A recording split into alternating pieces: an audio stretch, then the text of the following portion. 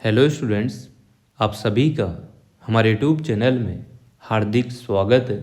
आज के इस वीडियो में बात करने वाले हैं Kota university UG PG time table से संबंधित, और साथ में ही इस वीडियो में हम चर्चा करेंगे कि एग्ज़ाम की तैयारी आपको कैसे करनी है। ज़्यादातर स्टूडेंट जो सेमेस्टर एग्ज़ाम देकर आ रहे हैं, ज़्यादा मात्रा में उनके बैक आ रही है, फेल हो रहे हैं, तो कैसे उनको तैयारी करनी चाहिए। और साथ में ही जो प्रश्न पत्र आता है, जो एग्ज़ाम हॉल में आप बैठते हैं, जब आपको प्रश्न पत्र मिलता है तो आपकी क्या रणनीति होनी चाहिए कि पहले कौन से जो प्रश्न है आपको अटेम्प्ट करना चाहिए, बड़े वाले छोटे वाले, है ना, और टाइम मैनेजमेंट कैसे क्या करना होगा, इन सभी से रिलेटेड जानकारी आपको इस वीडियो में मिलने वाली है। तो बिल्कुल भी आपको वीडियो स्किप नहीं करना है, पूरा वीडियो देखना है। अगर आप 2x पे कर सकते हो तो 2x पे देख लो, जैसे आपकी इच्छा है वैसे देख लो, जैसे समझ में आता है वैसे देख लो। और अगर आप चैनल पर नए हैं तो चैनल को सब्सक्राइब, वीडियो को लाइक और बेल आइकन जरूर दबा लीजिएगा। जो टेलीग्राम पर ऐड नहीं है वो ज़रूर ज्वाइन कर लो, बहुत सारी चीज़ें काम की वहीं पर अपलोड होती है। इंस्टाग्राम पर आप लोगों की अगर कोई भी डाउट आता है तो आप लोग इंस्टाग्राम पर कॉल या टेक्स्ट के द्वारा भी जो है पूछ सकते हैं। अगर हम वीडियो स्टार्ट करने से पहले एक मुद्दे पर बात करें तो वो मुद्दा है आपके एग्ज़ाम फॉर्म का। तो जो स्टूडेंट ओल्ड स्कीम पर हैं, जो एक साल में एक ही बार एग्ज़ाम दे रहे हैं, है ना, कभी फेल हो गए हो पिछली बार या गैप आ गया हो और उन्होंने फॉर्म भरा हो तो, और नहीं भी भरा हो तो 2 फरवरी लास्ट डेट है। और सेमेस्टर एग्ज़ाम वाले जो भी स्टूडेंट हैं उनकी भी डेट इतनी ही है। तो जो भी अभी तक वंचित रह गए हो, फॉर्म नहीं भर पाए हो किसी भी कारण से, तो जो भी डेट है डेट के हिसाब से आप लोग अपना फॉर्म भर दीजिएगा, ताकि आप इस चीज़ से तो वंचित न रहें, ताकि टाइम पर आपको डिग्री डिप्लोमा मिल सके। ठीक है ना। तो अपना फॉर्म आप टाइम पर भर देंगे और बहुत सारों ने भर भी दिया होगा, है ना। अब हम बात करते हैं टाइम टेबल की। तो जैसा कि फॉर्म का प्रोसेस था, फर्स्ट सेमेस्टर के जो न्यू स्टूडेंट थे उनके फॉर्म तो लगभग भरने में आ चुके हैं, उनको टाइम मिला था अभी भी, जिन्होंने नहीं भरा हो तो। बाकी जिन स्टूडेंट्स के फर्स्ट सेमेस्टर में बैक था, पहले एग्ज़ाम दिया हो पर उनके बैक लग गई हो, तो उनके फॉर्म भी भरने में आ चुके हैं। थर्ड सेमेस्टर के, फिफ्थ सेमेस्टर के और 7th सेमेस्टर, 9th सेमेस्टर के लगभग फॉर्म भरने में आ चुके हैं। अब फॉर्म भरने के बाद का जो नेक्स्ट प्रोसेस रहता है वो रहेगा आपके एग्ज़ाम का। एग्ज़ाम से पहले आपका आता है टाइम टेबल, और टाइम टेबल का टाइम हो चुका है। अब यूनिवर्सिटी ने फॉर्म का प्रोसेस लगभग टाइम पर ही निपटा दिया है। अगर आप डेट डिले ना करें या डेट पे डेट ना बढ़ाएं तो आपका जो टाइम टेबल है वो जल्द आप लोगों को देखने को मिल सकता है। 15 फरवरी से 20 फरवरी के बीच आप लोगों को बहुत कुछ चीज़ें देखने को मिल जाएगी। हो सकता है 20 फरवरी के बाद आपको एग्ज़ाम भी देखने को मिले और मार्च में भी आपको एग्ज़ाम देखने को मिलेंगे। जैसा कि मैंने पहले आपको बताया था कि होली के आसपास या होली के इधर इर्द गिर्द ही आप लोगों को एग्ज़ाम देखने को मिलेंगे। और पिछली बार अप्रैल में, मार्च के लास्ट अप्रैल में ऐसा कुछ एग्ज़ाम हुए थे। और इस बार यूनिवर्सिटी अगर सही ट्रैक पर लाना चाहती है तो अभी तक फॉर्म का प्रोसेस लगभग कंप्लीट हो चुका है, तो यूनिवर्सिटी जल्द चाहेगी कि आपके टाइम टेबल निकल जाए। और जैसा कि सूचना भी मिली है कि आपको जो टाइम टेबल का प्रोसेस है वो 10 फरवरी के आसपास देखने को मिल जाएगा, 10 से 15 के बीच। और हो सकता है कि आपके फरवरी लास्ट पे एग्ज़ाम स्टार्ट हो जाए। तो जो भी स्टूडेंट अभी तक तैयारी नहीं कर पाए हैं तो वो लग जाइएगा तैयारी करने। जिसके पास नोट्स है वो नोट्स से पढ़ें, जिसके पास सीरीज़ है वो सीरीज़ से पढ़ लें, कोई दिक्कत नहीं है। आपको पास होना है, अच्छे मार्क्स लाने हैं, चीज़ें समझ में आना चाहिए, बस इतना सा मैटर है। फिर आप किसी से भी पढ़ें।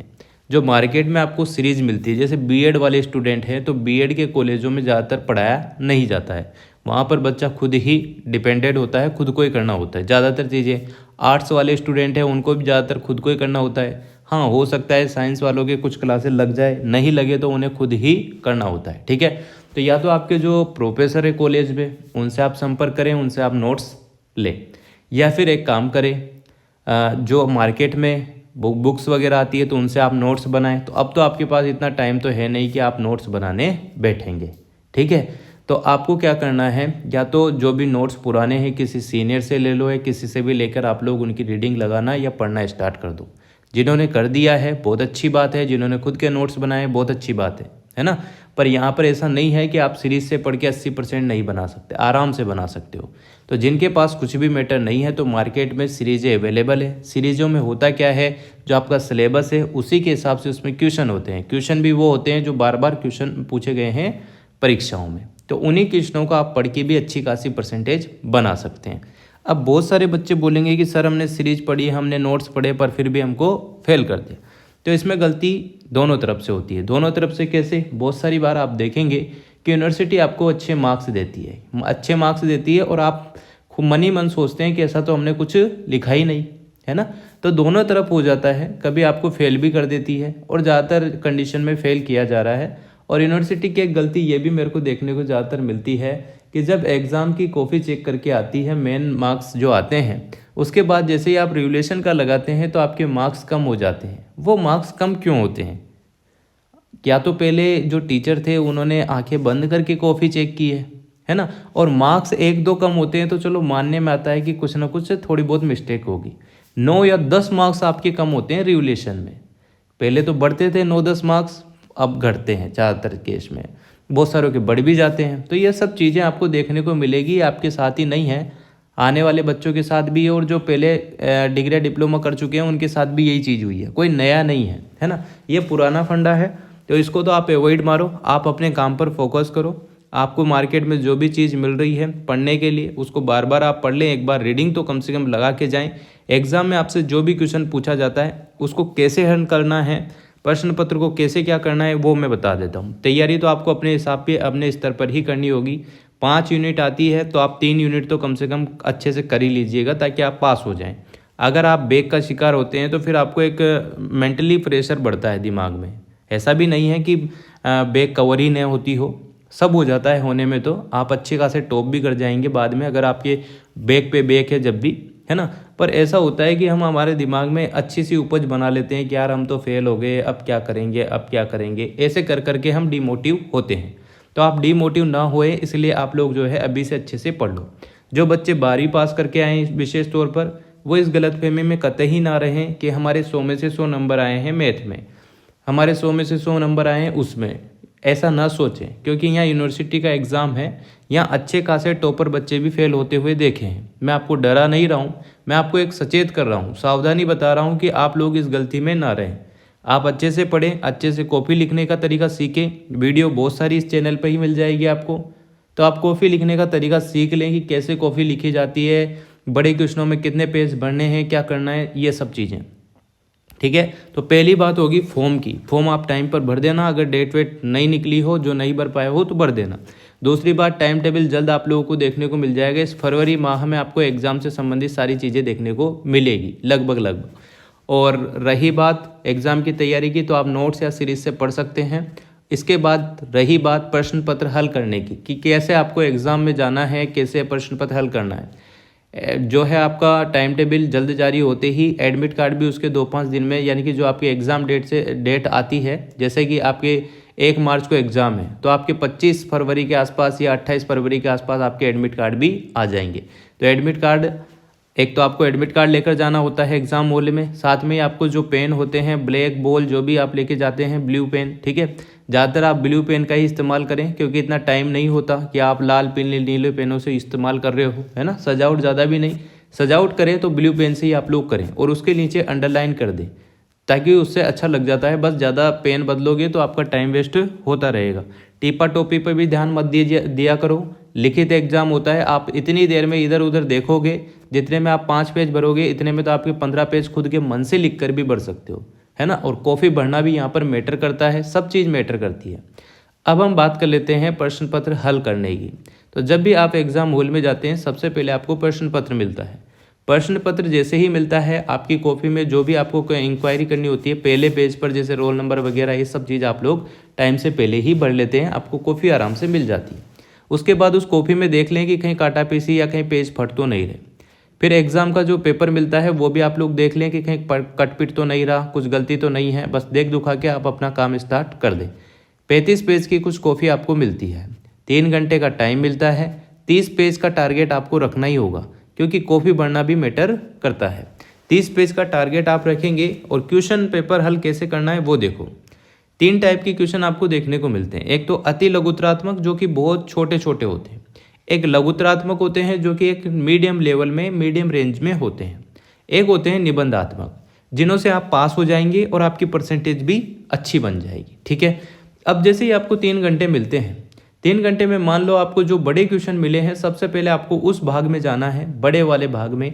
उसमें आपको देखना है कि 4 में से 3 करने हैं कि 2 करने हैं। तो सबसे पहले उन्हीं क्वेश्चनों में से वो क्वेश्चन छांटो जो आपको अच्छे से आता हो, उसको लिख दो। यानी कि अगर 500 पेज पूछा है तो इसका मतलब है कि दोनों तरफ के 5 पेज कम से कम लिखने हैं। 5 पेज का मतलब है कि दोनों तरफ मिला के 5 पेज हो जाना चाहिए। इस टाइप से आपको लिखना है 5 पेज, जैसे कि 2.5 पेज के आसपास, दोनों साइड 5 हो जानी चाहिए, ऐसा कुछ है ना। तो इस टाइप से आपको लिखना है। 500 पूछा है तो कम से कम दोनों साइड मिला के 2.5 पेज होना चाहिए। इस टाइप से आपको लिखना होगा। और जो छोटे प्रश्न है, 2 क्वेश्चन है तो 2 क्वेश्चनों के इस हिसाब से 5-5 पेज आप लोग लिख देंगे। 5-5 पेज लिखने के बाद आपके 10 पेज आराम से भर जाएंगे। फिर बचे 20 पेज। 20 पेज में से आपके पास आएंगे लघुतरात्मक प्रश्न। फिर लघुतरात्मक प्रश्नों को भी आपको अगर मान लो 300 शब्दों में पूछा है तो 3 पेज, है ना। यानी कि 3 पेज का मतलब ये है कि 1 पेज जिसके दोनों साइड और 1 आधा पेज। इस टाइप से आप लिख सकते हैं। बाकी अगर आपकी स्पीड अच्छी है तो आप और भी ज़्यादा लिख सकते हैं, है ना। क्योंकि ये डिपेंड नहीं करता कि आपको बिल्कुल छोटे छोटे लिखना है। बड़ा क्वेश्चन आया है तो बड़े पेज के हिसाब से लिखो।